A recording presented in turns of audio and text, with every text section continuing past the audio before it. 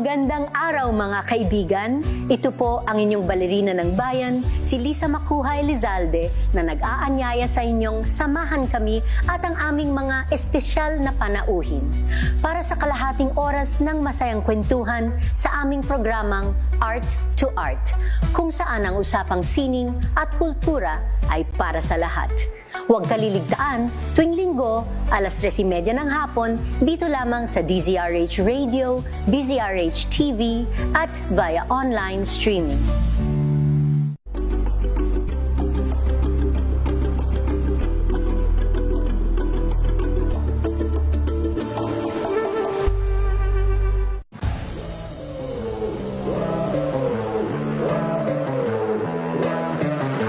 This will be a very important championship for us because this would be the first international Sambo event to be hosted in the Philippines. I also want to make this hosting for the championship success and a very good experience for everyone. I foresee that Philippines will do phenomenally well in this championship.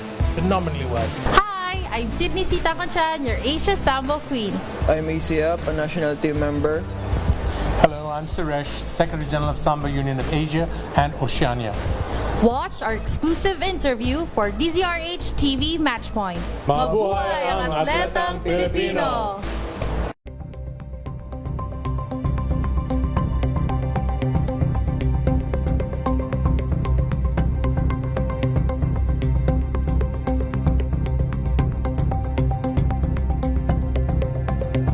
We've got you covered.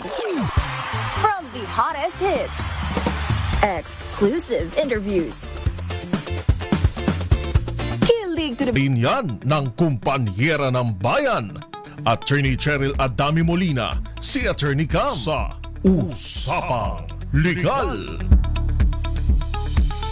Usapang Legal.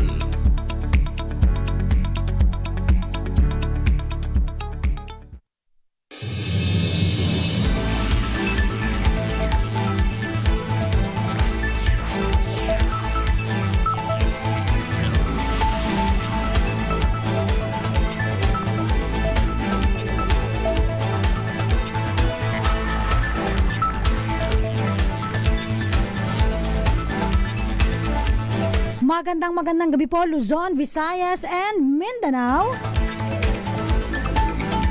Welcome po sa DZRH Usapang Legal. Kasama po yours truly, ako po si Attorney Cam. Happy Independence Day sa ating lahat. Pero meron ako mga nakakausap na mga empleyado na kung saan ang mga bossing daw nila ay mga foreigner, particularly yung mga businessman dito sa Pilipinas, mga incheck, sabi nila Independence Day pa naman ngayon. Totoo bang malaya na tayo? Kasi parang alipin pa rin tayo ng mga ibang bansa pagdating sa pagtatrabaho. Okay sana kung sinusunod nila yung mga benefits nung mga empleyado, kaso nga lang itong employer na ito tuwing holiday sa Pilipinas wala daw bayad ang mga empleyado, no work no pay. Ha talaga nakakapintig ng tenga sinabihan ko sila na pwede natin yang i-report sa mga Dole Regional Office na pinakamalapit sa inyo at ma-check yung mga ganyang sistema. Dapat po sa Pilipinas sundin po natin, dito kayo nagbi-business, sundin po natin yung mga batas dito sa Pilipinas. Kapag holiday po, ayan, dapat double pay yan pag pumasok. Pag hindi sila pumasok, dapat bayad din sila. Kayo talaga, oo.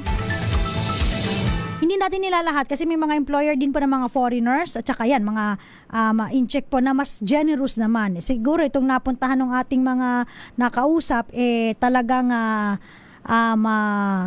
nakarmet pa sa Ilocano. Grabe. Tignan natin ang susunod na kabanata kung susundin nila yung payo natin, Anyway, ang topic natin ngayon ay may kinalaman po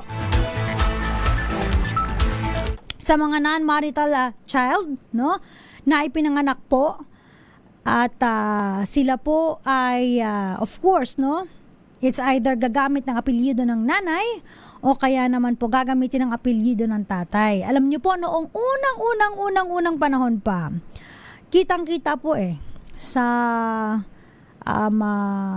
kanilang record kung sila po ay non-marital child or hindi. Ibig sabihin or illegitimate children, no? Kasi nakalagay sa batas natin kapag halimbawa ikaw pinanganak na hindi kasalang yung magulang, ang status mo ay illegitimate children. Na ngayon ang tawag natin ay non-marital children. Kapag ganito po kasi, nabubuli yung mga kabataan noong unang panahon, no? Kapag halimbawa, ang kanilang apelyido ay apelyido ng nanay nila, no? Dinadala nila apelyido ng nanay. Ang sinasabi noon, harsh talaga putok sa buho. No? Tapos laging nabubuli. Hindi naman nila kasalanan ng kanilang mga magulang ay hindi nagpakasal. So, marami pong mga dahilan kung bakit hindi sila kinasal. Kasi ang unang iniisip ng mga tao noong unang panahon, kaya hindi yan kinasal kasi siya ay bunga ng extramarital affair. Maaaring isa sa parent niyan ay may sabit. Kaya nabubuli yung estudyante, no? Hindi niya po kasalanan na siya isilang sa mundo, no, na naghappy-happy ang kanyang mga magulang tapos siya ay nabuo, o kaya naman nagmahal ang kanilang magulang at maaring extramarital affair. Pero hindi lahat ng sitwasyon ay applicable sa ganon. May mga iba po na talagang hindi lang sila nag-decide, no, na magpakasal pero wala naman po silang sabit, no? Ibig sabihin po they are parang pwede po silang magpakasal pero ayaw lang nila. Legally sila I forgot the term. Wait. Sila po ay basta wala silang sabit, hindi sila married sa kanila, both sila single, no? At walang makakapag sabi, no, na hindi kayo maaaring magpakasal kasi ang isa sa inyo ay meron ng rehistro ng kasal, no, sa NSO pa noon, NSO. Ayan. Walang impediment, no, to marry each other. Ibig sabihin, walang pumipigil. Ayaw lang talaga nila. Desisyon nila yon. So, yun po yung nangyayari. Ang question na lamang po, no, nung unang panahon, bakit gano'n ang tingin ng society, no, kapag halimbawa may batang non-marital child, sabihin, putok sa buho nga. So, napakaganda nung nangyari na nagkaroon ng reveal law, no, na kung saan po pwede mo nang i-acknowledge ang iyong anak, gamitin ang iyong apelyido, mga mister, no, o yung mga nakabuntis dyan, whether may sabit ka or wala, po pwede nang magamit. Para naman hindi natin parang nadidiscriminate ang mga batang ipinanganak na hindi kasalang magulang. Okay. Pag hindi po kasi kasal, halimbawa nag-option po na gamitin ang apelyido ni nanay, dapat wala pong middle initial, no? Kasi po nakaka-confuse po kapag nilagyan nyo ng middle initial mo, ang lalabas dyan baka mo ito, kapatid, no? Kaya mapapansin ninyo sa mga kapag nag-enroll, sa mga eskwelahan, mga teachers, no? Pag may nakita po kayo na pangalan walang middle initial, huwag nyo na pong tanungin. Tapos yung pangalan ng apelyido ng bata ay kasunod sa pangalan ng nanay, wala po talagang walang middle initial, no? Pero kung halimbawa na-acknowledge po siya, so pwede niyang gamitin yung apelyido ng tatay tapos middle initial ang kanyang apelyido naman ng nanay. So, importante po sa atin, 'di ba? Syempre, paano nga ba ma-acknowledge yung mga non-marital child? Ito po ngayon ay parang sa realidad ng buhay. Usually po, no, karamihan sa mga status ng ating mga kabataan, no, wala man ako statistics na data, pero marami tayong makakilala na talagang hindi kasal. So, marami nagpupunta sa atin, paano po ito, no? Gusto ko pong ipagamit yung apelyido ko, no? Tsaka, kapag kasal po kasi, halimbawa, nanganak yung misis mo, no, kasal kayo, papakitaan mo sila ng marriage certificate. So, ang mag-aasikaso po nun, ospital. So, sila magre-register doon sa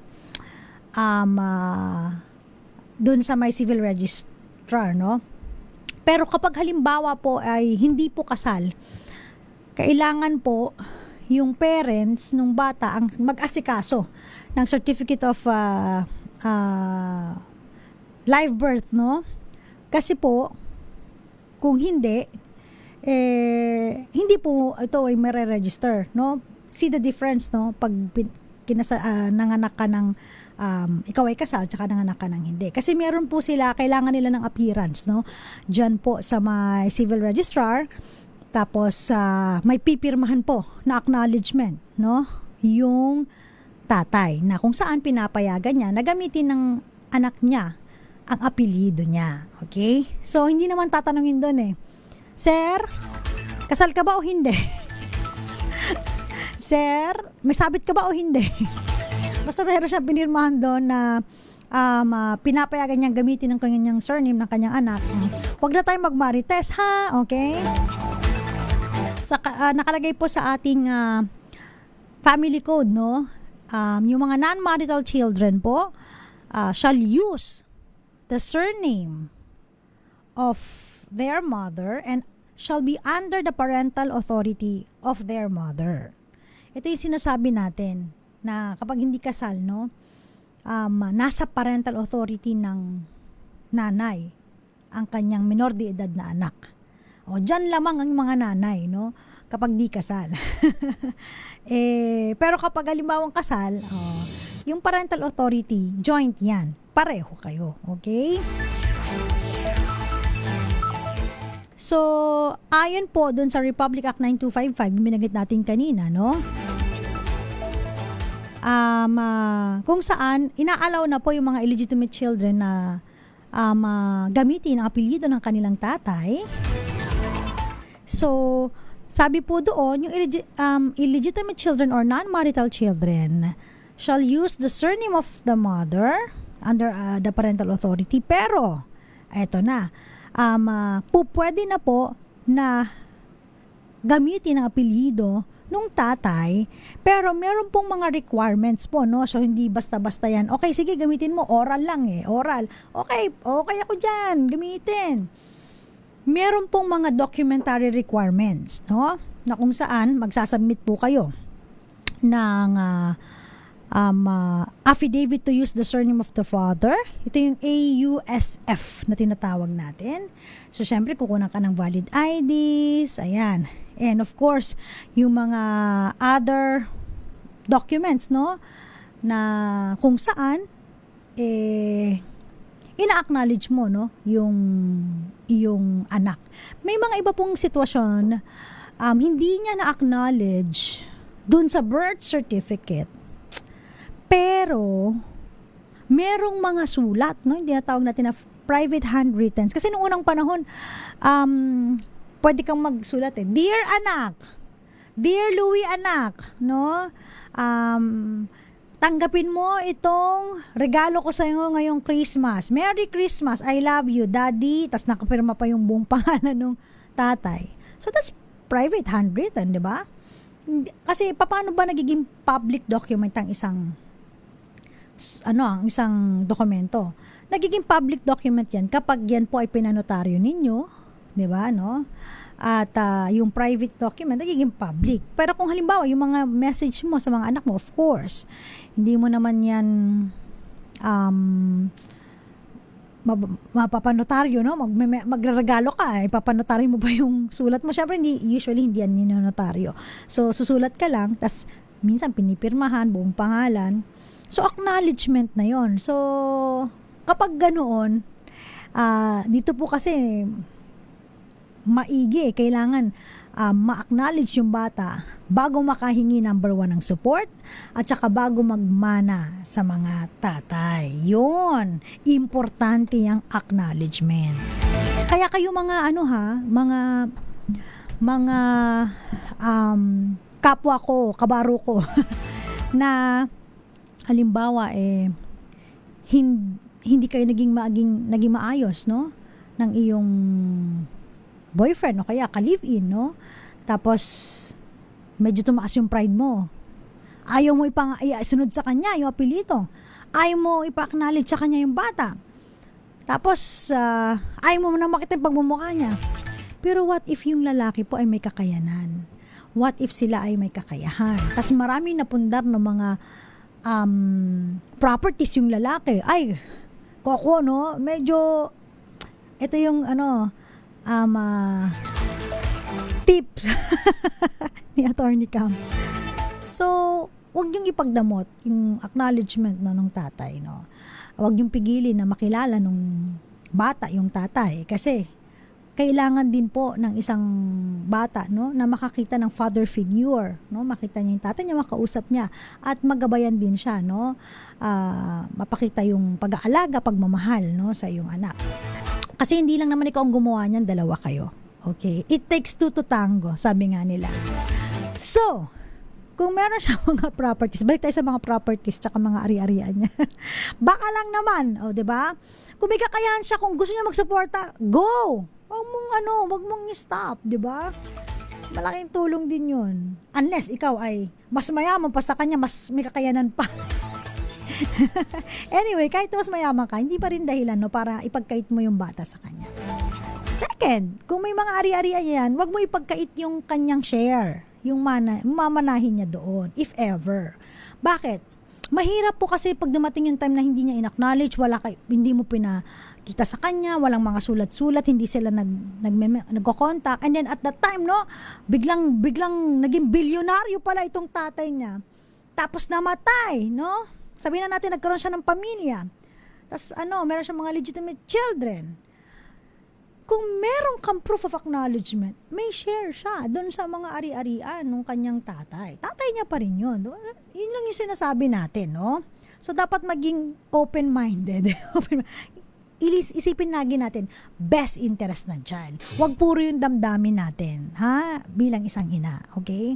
Bilang isang babae. Ibig sabihin, dapat isipin mo rin, bilang isang ina, no? Dapat maprotektahan mo ang yung anak at mabigay mo rin sa kanya yung nararapat at hindi dapat ipagkait ang tatay niya sa kanya. Okay ba yon? Moral lesson of the story. Kasi may mga iba tayong nakakausap na grabe talaga, no? Sobrang galit niya doon sa lalaki, sa kanyang kapartner, ka-live-in, nadadamay pati yung bata, no? Which is mali naman po, okay? Ang ayaw natin yung pag nakamit ka ng iba, tapos aalis ka ng ibang bansa, may iwan yung anak mo doon sa kapartner mo na hindi naman niya kadugo, tapos may mangyayaring masama. Naku talaga, nang gigigil ako sa ganyan. Kakagigil, kakagalit, no? Kaya syempre pag nanay ka, di ba, masyadong madaling magtiwala, no, sa mga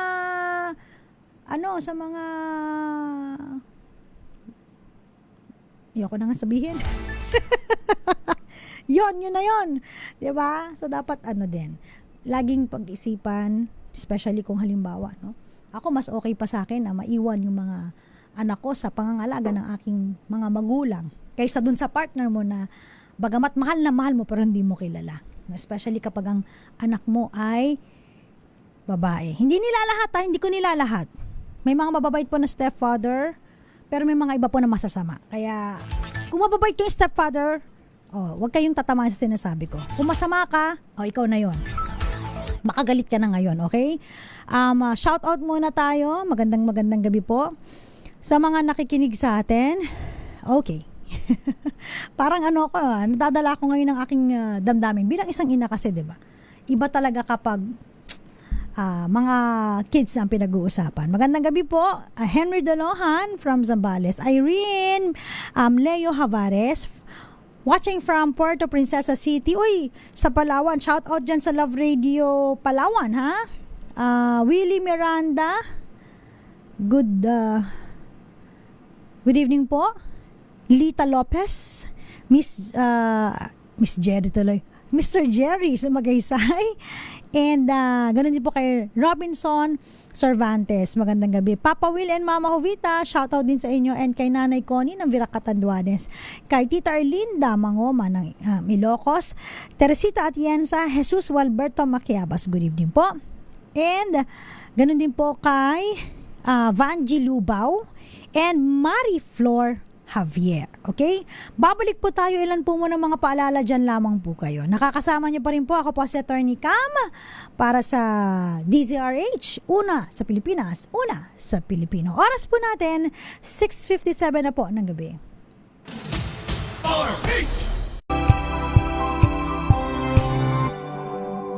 Curious ka ba sa maraming bagay? Kami na ang bahala dyan. Aalamin, tutuklasin at bibigyang linaw namin ang mga katanungang bumabagabag sa inyong isipan. Sa programa kung saan ang bawat sagot ay galing lamang sa mga eksperto. Ang Expert's Opinion, tuwing linggo 3:00 ng hapon, dito lang sa DZRH TV.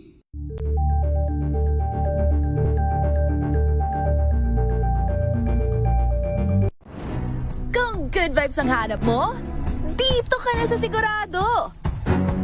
Mula sa mga istoryang nagbibigay ng inspirasyon hanggang sa mga kwentong may dalang solusyon. Mga balitang pampagaan, pakiramdam at papaganda ng araw. Hindi lang ba sa good news, kundi the better news. Mula Lunes hanggang Biyernes, 1:00 ng tanghali sa DZRH TV.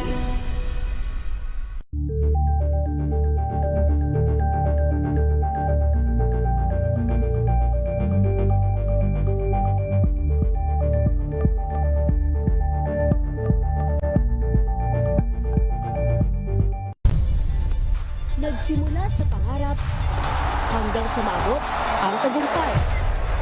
Iba't ibang kwento, iba't ibang mukha ng atletang Pilipino. Mas pinatindi, mas pinalakas, at mas pinaaksyon sa Match Point tuwing Sabado, 12:30 ng tanghali sa DZRH TV.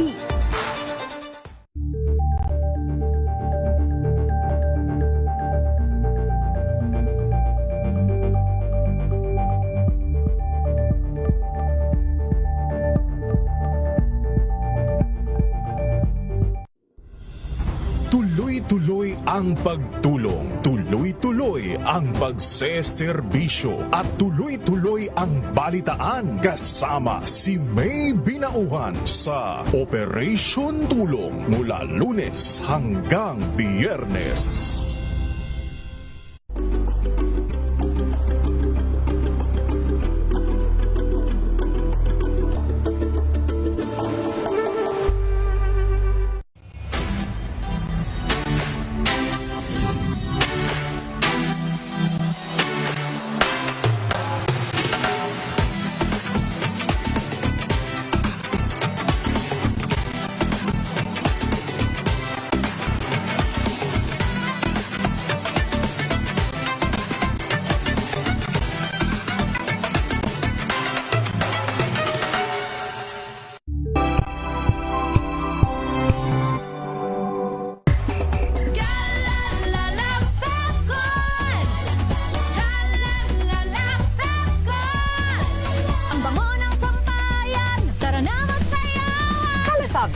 Amoy nakaka-joyful!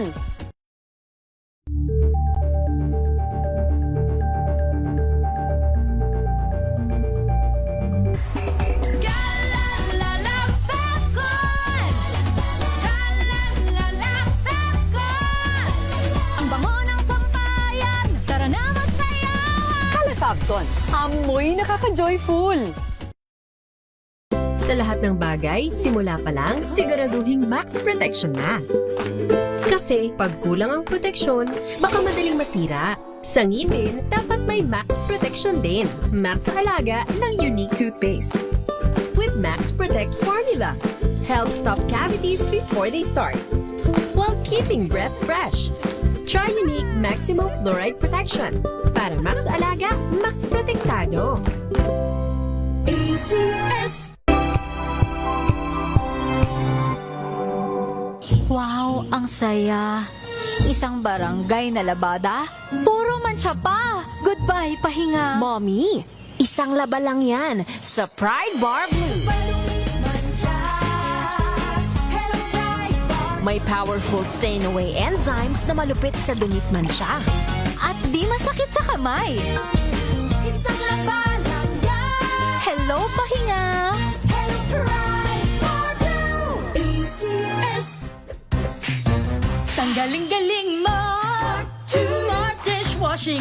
ko. Pritong ulam na masebo, plato o kaldero. Tanggaling for everyday. Ganyan pag smart ang dishwashing paste. May double tanggaling formula. Tanggal ang sebo, tanggal ang bakterya. Bahit para walang bahit, linis fantastic sa metal at plastic. Number 1 ko to. Tanggaling-galing mo, smart dishwashing paste. ACS. May nagbago. May arte. May budget. Akala nyo lang yon. So solid. White Rose Papaya, wow, white roses. White Rose Papaya, wow, white roses. White Rose Papaya. May glow up with White Rose Papaya. White Rose Papaya. May puti power times 2 kasi may papaya at niacinamide. May shea butter and tea tree oil pa. Kutis sulit ang glow up. Glow up with White Rose Papaya. White Rose Papaya. Kutis sulit ang glow up. ACS. Galalala Falcon. Galalala Falcon. Ang bango ng sampayan. Tara na magsayawan. Calefabcon, amoy nakaka-joyful.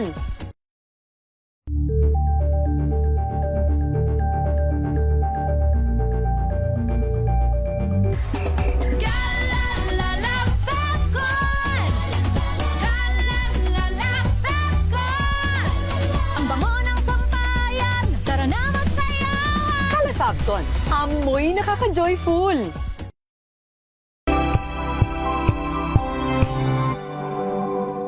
Hello, Washi! Laundry day na naman! Yay! Anong meron? Mancha ng chocolate, putik, may libag pa. Kaya natin yan! With Pride Washing Machine Detergent, may triple stain-away formula. Tanggal ang makapit, madikit, at malupit na dumit mancha. Kaya easy-easy ang labada. Mula noon hanggang ngayon. All you need is pride. All you need is pride. ACS. Tinesting, sinuri, siniyasan. Ang resulta? Super effective ang Shield sa pagpatay ng bakterya at virus. Shield Antibacterial Soap. Believe ang mga eksperto sa Philippine Nurses Association. At si Mami. Tiwala ako sa Shield. Shield Antibacterial Soap. Napatunayang mabisa. Ang mga nurse, tiwala. ACS.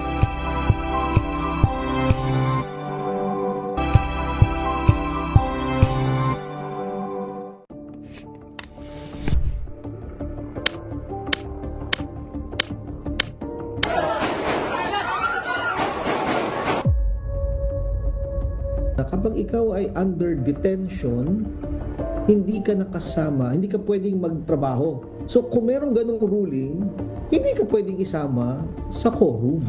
So sino ang de jure, sino ang de facto dito? Ang de jure obviously si Senator Gatchalian kasi siya ang na-elect ng 12 na may quorum. Can actually the new majority sanction the Cayetano Block for usurpation of authority? Umattend ka lang ng sesyon. Makikita mo na hindi na ikaw ang ibobotong Senate President.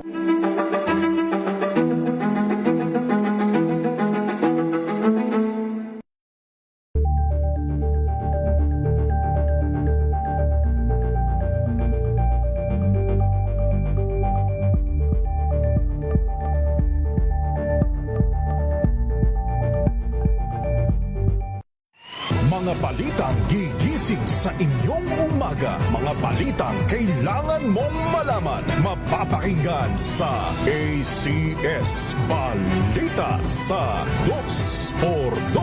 Kasama sina Anthony Taberna at Jerry Baha. Lunes hanggang Biyernes. Kayo'y nakikinig sa Usapang Legal. Usapang Legal. Usapang Legal.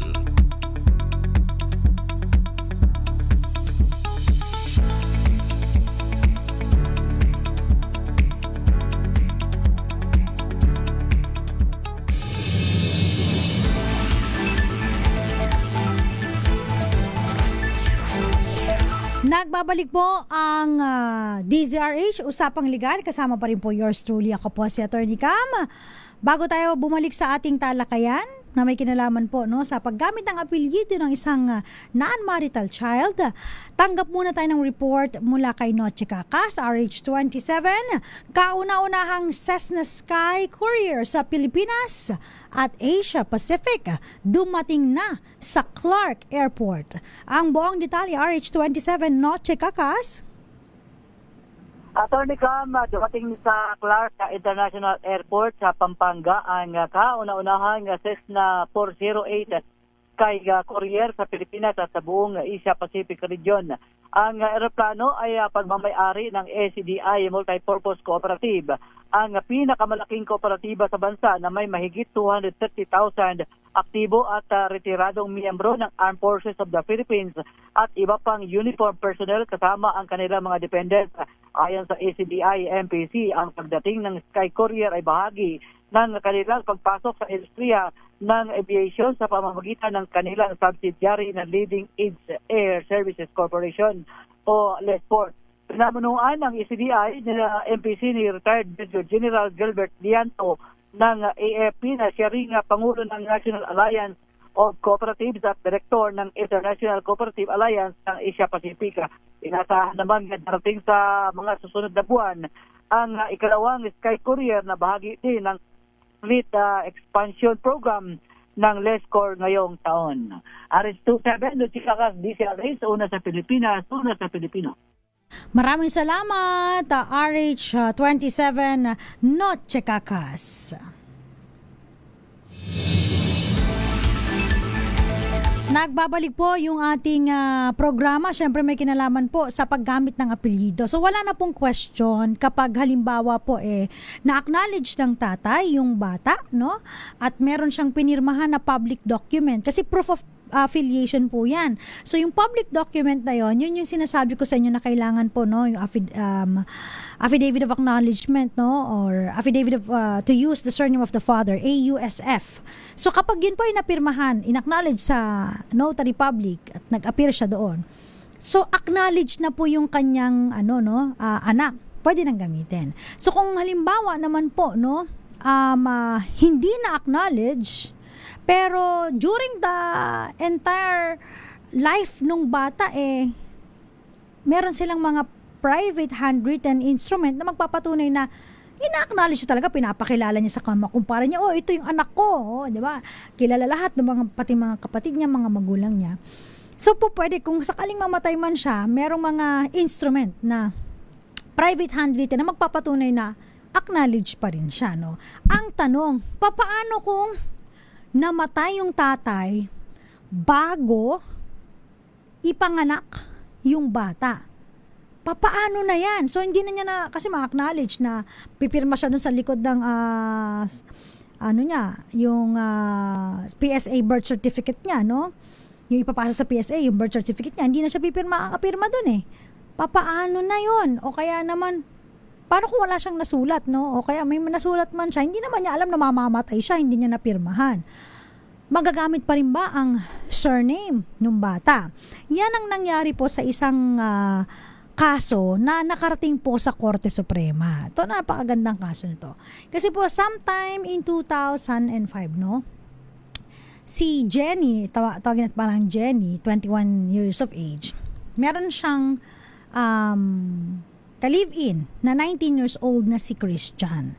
They live together as husband and wife without the benefit of marriage, pero wala sila, without legal impediment to marry each other. Ibig sabihin, pwede silang magpakasal pero hindi sila nakapagpakasal, at sila ay tumira doon sa tatay ni sa parents ni Dominic. Okay? Doon sa lalaki. Si Christian or Christian Dominic. Ano ba maganda? Christian na lang. Sa bahay ng tatay ni Christian. Ang problema, 2 months bago siya manganak, namatay si Christian Dominic, no? Namatay si Christian. So, after 2 months, yun nga, no? Nanganak siya, at dun pa rin siya tumira, no? Sa parents ni Christian. At nag-apply siya ng registration ng kanyang anak, child's birth, no? Doon sa Office of the City Civil Registrar, pero hindi siya pinayagan. Kasi nga, wala daw siyang, walang pipirma doon sa affidavit to use the surname of the father dun sa birth certificate. Tapos, yung affidavit of acknowledgement, ang nag-acknowledge kasi na ang bata ay anak ni Dominic or Christian Dominic, yung tatay ni Christian Dominic. So, yun na, no? So, in short, hindi siya pinayagan. So, nag-file siya ng kaso sa korte na payagan siyang irehistro ang bata at magamit ang apelyido ni Christian Dominic. During the course, no,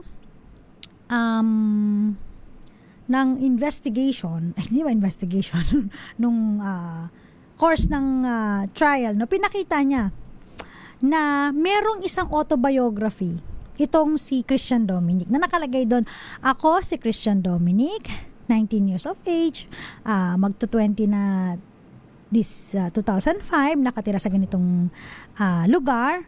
Ako po yung pinaka-youngest sa aming pamilya. Meron akong isang kapatid, meron akong tatay, ito yung pangalan nanay, at meron akong asawa. Ang pangalan niya, Jenny. At meron po kaming, at siya po ngayon ay pregnant at kami po ay magkasama sa isang bahay.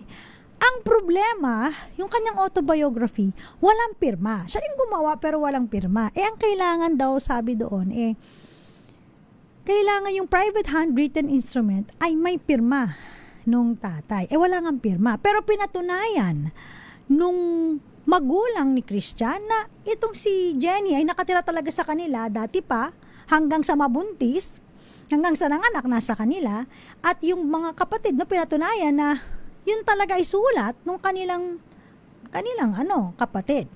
So umabot po sa Korte Suprema. At doon tinignan ng Korte Suprema, of course, no, yung best interest ng child. Kahit wala, may private handwritten, kahit wala siyang pirma, pero dun sa mga evidences supporting that document, talagang makikita na yung pinagbuntis ni Jenny ay anak nga ni Christian Dominic. At tinitignan ng Korte Suprema ang best interest ng child. In fact, sinabi nga dun sa may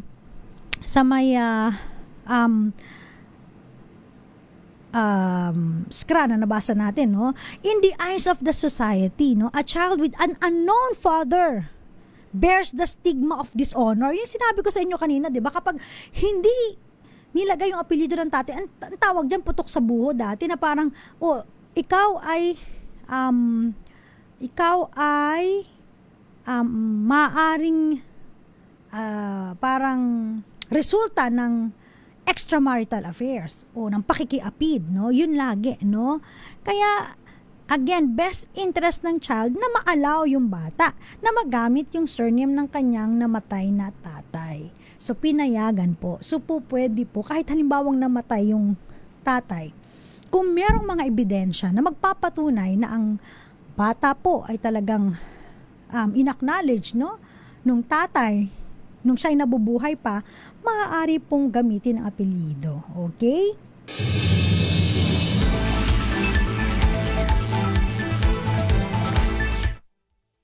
So, napakagandang kaso po nito, no? Talagang titignan mo, hihimayin mo, best interest ng child. Mamaya, mayroon pa ako isang kukwento.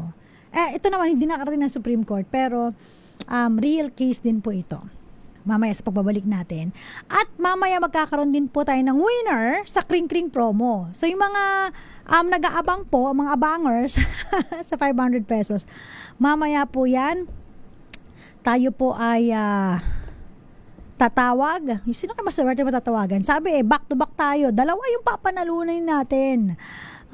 Para the more the merrier. Gandang gabi muna kay Ferrer Jericho. Willie Miranda. Katawa si Jericho Ferrer. Kilala niya ako from Love Radio daw, na naging Rika Hera ko, na naging Rika Hera pa rin sa Yes FM, ngayon nasa DZRH. Pati yung career history ko, alam mo. Magandang gabi po, Moonbits and Joe Delano from Marikina chapter. Shout out po sa inyo. Pards, tama ba to? Pards FII Marikina chapter. John Delano, ayan, shout out sa iyo. Babalik po tayo, ilan po muna mga paalala dyan lamang po kayo. Oras po natin, 7:16 PM, kasama pa rin po ako po si Attorney Cam para sa DZRH Usapang Legal. Ang oras na yan ay Alamin ang mga maiinit na isyung pambayan, mga balitang kailangan mong malaman, usapin sa pamahalaan, politika, ekonomiya at kabuhayan. Ito ang mga dapat mong malaman, pakialaman at pag-uusapan dahil kayo ang tinig ng mamamayan dito sa Damdaming Bayan. Live sa DZRH Radio, DZRH TV at DZRH Digital. Kasama sina Lakay, Deo Macalma at Elaine Apit. Araw-araw, Lunes hanggang Biyernes. Damdaming Bayan.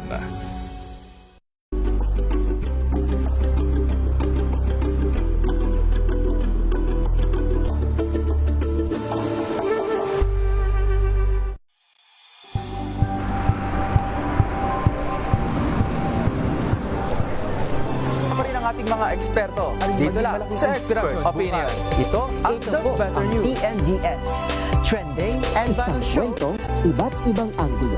Dito sa Point. Bawat pananagutan ating tatalakayin dito sa Hoy, Bawal Yan. Pilipino, dito lang sa DZRH. Matchable entertainment and lifestyle. Ito ang MBC TV Network News. Una sa Pilipinas, una sa Pilipino.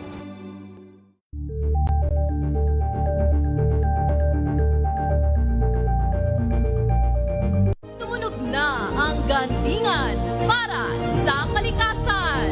Ang itinanghal bilang Best AM Radio Program Host ay si Cesar Chavez para sa special on Saturday ng DZRH.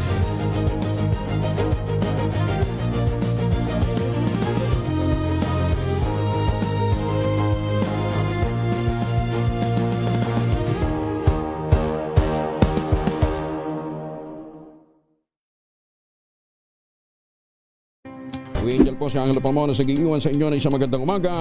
Maraming salamat. Life goes on! Nine, good morning, Lakay! Good morning, Sister Ann. At good morning. Magandang mainit na umaga. Angel po si Angelo Palmona sa giiwan sa inyo na isang magandang umaga. Maraming salamat. Sa Pilipinas, una sa Pilipino. Buklatin ang mga pahina. Pakinggan ang boses ng lipunan. Tunghayan ang mga issue mula sa ibang katayuan. Nakakalungkot kasi deserve ba namin ng ganito? Na hindi nila alam kung ano talaga yung kanilang mga karapatan. Yung gobyerno, tinulungan nila yung kanilang magsasaka. Pinapatahimik tayong lahat using various laws. Through education, kayang-kaya nating baguhin yung ganitong klaseng pag-iisip. Isang kwento, iba't ibang anggulo.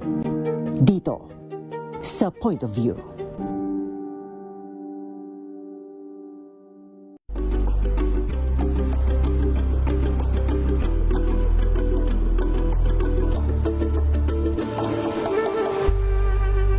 Tambalang Anthony Taberna at Jerry Baha ang gigising sa inyong umaga dahil lalatay ang humahagupit na diskusyon at komentaryo Lunes hanggang Biyernes sa 2x2.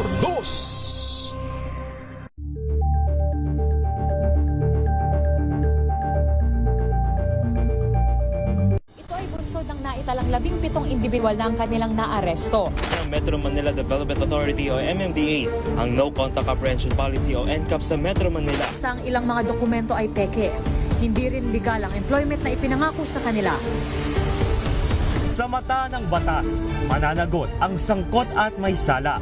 Dahil sa bawat paglabag, may karampatang parusa. Alamin ang mga pananagutan sa likod ng mga bawal. Dito sa Hoy, Bawal Yan, tuwing Sabado, alas 11:30 ng umaga. Dito lang sa DZRH TV.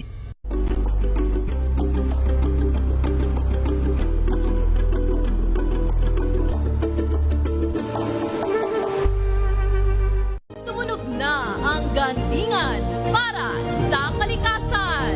Ang nagkamit ng parangal bilang Best News Anchor ay walang iba kundi si Angelo Palmones ng Magandang Umaga Pilipinas, DZRH Radio 666 kHz.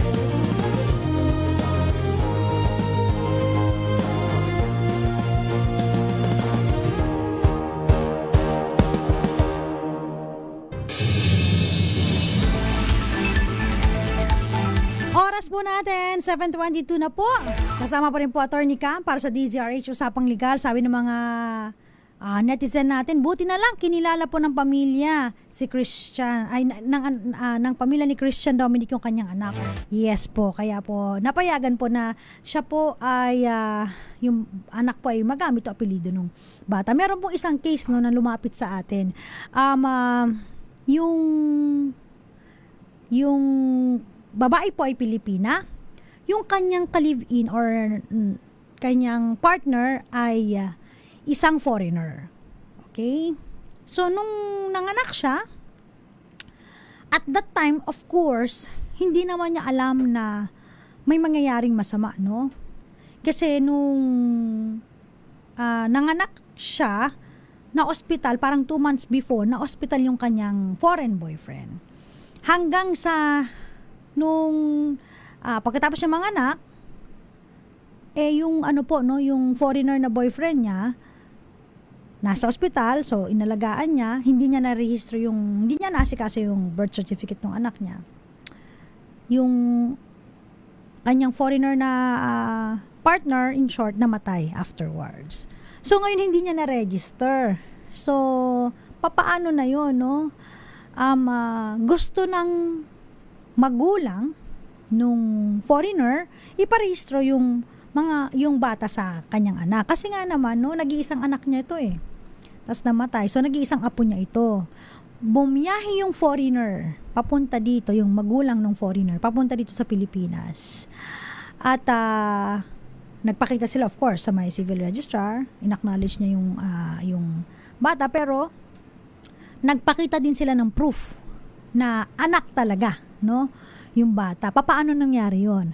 So, yung DNA ni mother at saka ni apo, pinadala nila sa laboratory para makita kung talagang kamag-anak talaga. So, yun yung mga kagandahan ngayon. Kasi, na ngayon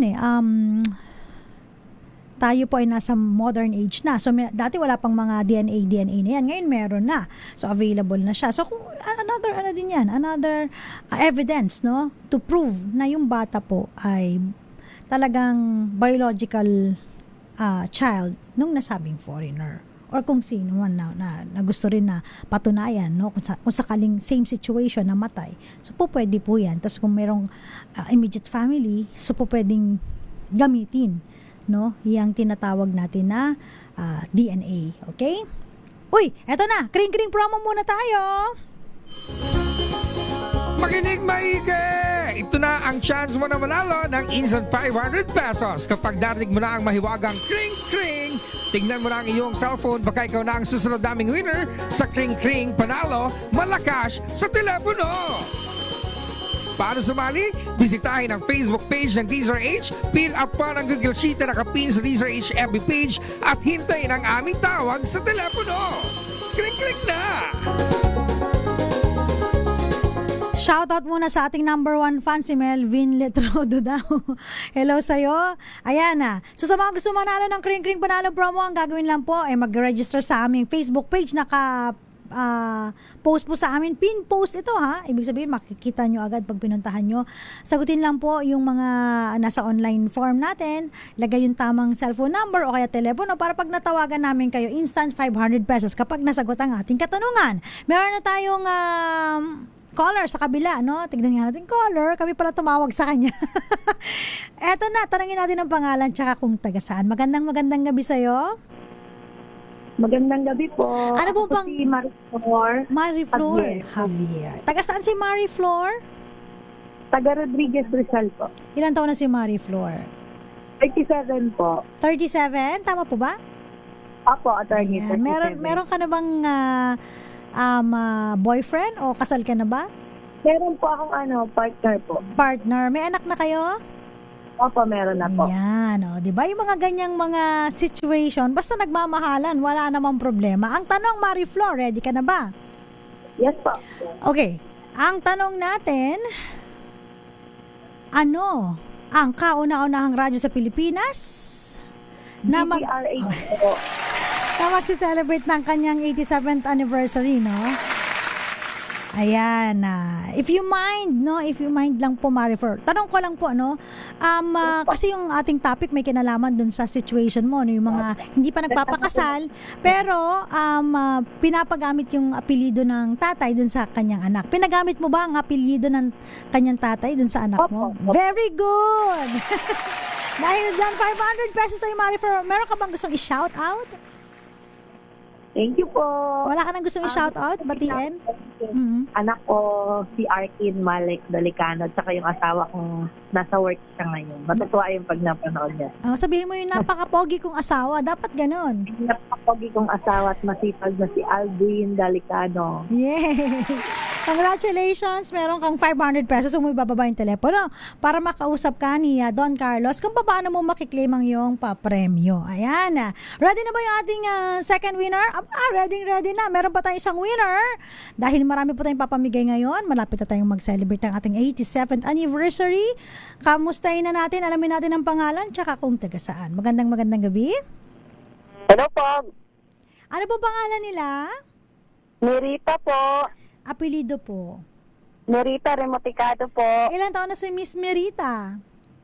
33 po, ma'am. Ay, naku, parang batang-batang boses nga eh. Taga saan si Merita? Paranaque po.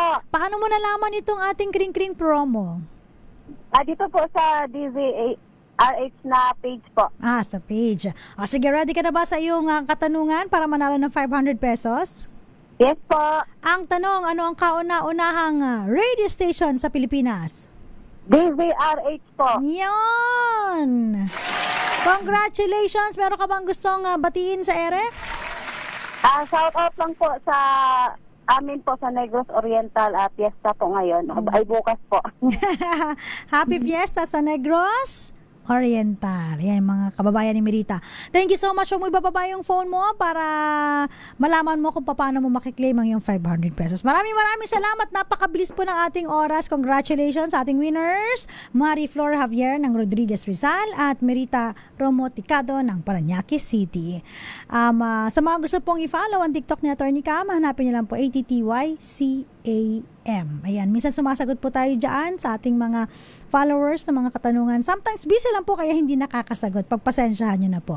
Maraming salamat. Again po, MWF po, Attorney Cam po, para sa DZRH Usapang Legal. TTH naman po, Attorney Rina Seco.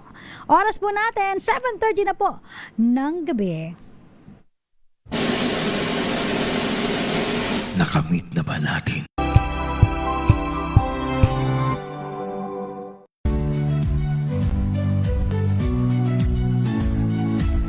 Magandang araw mga kaibigan.